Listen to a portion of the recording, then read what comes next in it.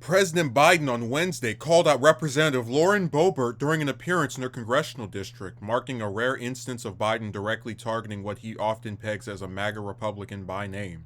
While Biden has spent much of this year traveling to and fundraising in affluent, safe blue enclaves during domestic travel, his tour of wind tower manufacturer CS Wind in Pueblo, Colorado, part of the state's massive 3rd congressional district that Boebert represents, gave a potential glimpse into his general election strategy. It is a type of stop the president is likely to make more frequent as the campaign season heats up in 2024, and as he seeks to contrast himself with the Trump wing of the GOP, particularly when it comes to his economic agenda. Despite polls indicating Americans are not feeling the impacts of an improving economy, the president has argued his plan, Bidenomics, is working, and the proof is in the low unemployment rate and job creation. The White House chose the CS Wind plant as an example of one expanding its operations and creating hundreds of jobs as a result of Biden's signature Inflation Reduction Act. Biden on Wednesday called Boebert one of the leaders of this extreme MAGA movement and gave himself the sign of the cross when he first mentioned her during the speech, noting she voted against the IRA. She called this law a massive failure. Do you all know you're part of a massive failure? To the 850 Coloradans who are getting new jobs in Pueblo at CS Winds thanks to this law. Tell that to the local economy who's going to benefit from these investments. Tell that to anyone who wants to listen, Biden said. The president touted the IRA and how it has benefited the economy and the environment through incentives for clean energy. He also boasted about investments in broadband for rural communities and bipartisan legislation signed last year that bolstered investments in domestic semiconductor chip manufacturing. Biden noted Boebert voted against the latter. Toward the end of the president's speech, workers from CS Wind joined him on the stage, and Biden put his hand on one of their shoulders. There are 250,000 more jobs in Colorado since I took office. That's 250,000 more people throughout this state, including this district, who can look their kids in the eye and say, honey, it's going to be okay, Biden said. When we invest in our people and we strengthen the middle class, we see stronger economic growth for all Americans. Biden was set to visit Pueblo in October, but the trip was postponed in the aftermath of the Hamas attack against Israel. The originally planned visit came on the heels of Biden mocking Boebert in August when highlighting that CS Wind was constructing a plant in her district. Like in Colorado, where CS Wind broke ground on what will be the world's largest wind tower manufacturing plant, and coincidentally, CS Wind is Congresswoman Lauren Boebert, the very quiet Republican lady. It's in her district, Biden said. Biden added that Boebert, along with every other Republican, voted against this bill, and it's making all this possible, and she railed against its passage, but that's okay. She's welcoming it now. Boebert is one of several GOP members Biden has mocked for touting new projects in their districts after they voted against legislation that provided federal funding for them.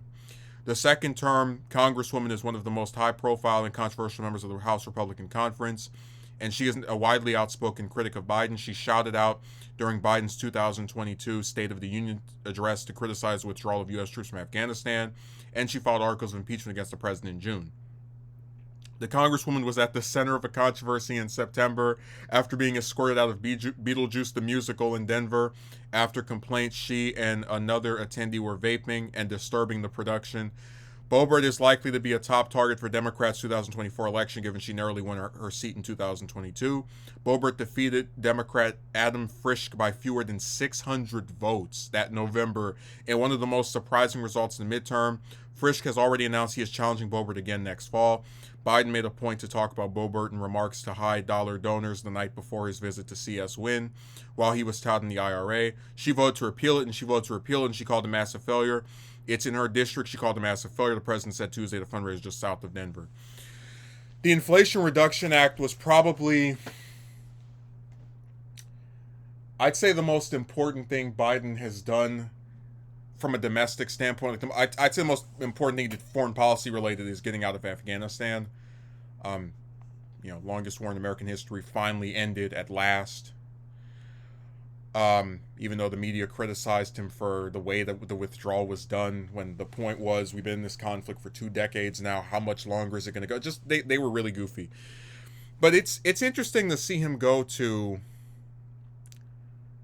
a blue state like Colorado in a purple district like the one that Boebert represents, a very purple one at that. I mean, for her to just barely win by 600 votes really tells you how few people, that there's a very good chance she's going to lose her seat at the end of next year.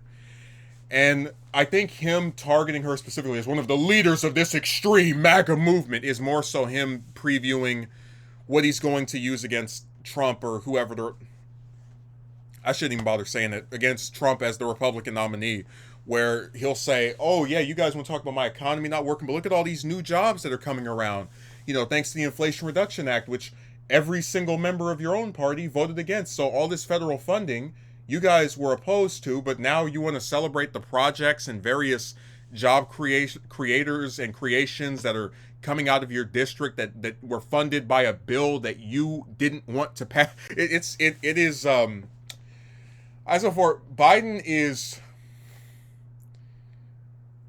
certainly weak when it comes to promoting his ideas. I think that's a fair criticism of him. I think that if he goes out and campaigns along with Harris, although I think he'd probably be better off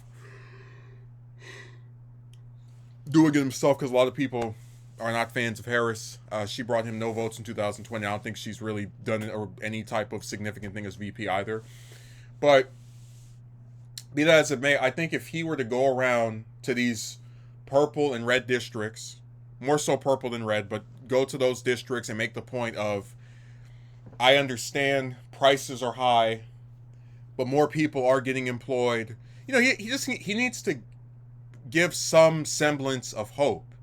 Because when you have this president that sits up in the White House or goes to some foreign country and everybody's sitting over here getting price gouged by the high cost of gas and food and rent, it just seems like it's never getting any better. It's really funny to think that Boebert is going to take him coming to her district and put it in the fundraising. Be like, see, I'm important. He attacked me. Vote for me again next year so we can stop the radical socialist Marxist agenda of the. You can already see it.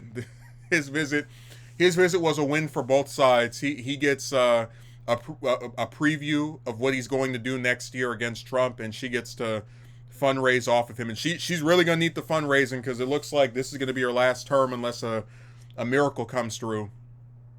See, the thing about somebody like Frisch, if that's the guy's name, her opponent, is that when you run the first time, you're not as adept. You're kind of getting used to it, whatever. But because he's already run against her once and seen how close it was, I think he's probably, I lean toward him winning.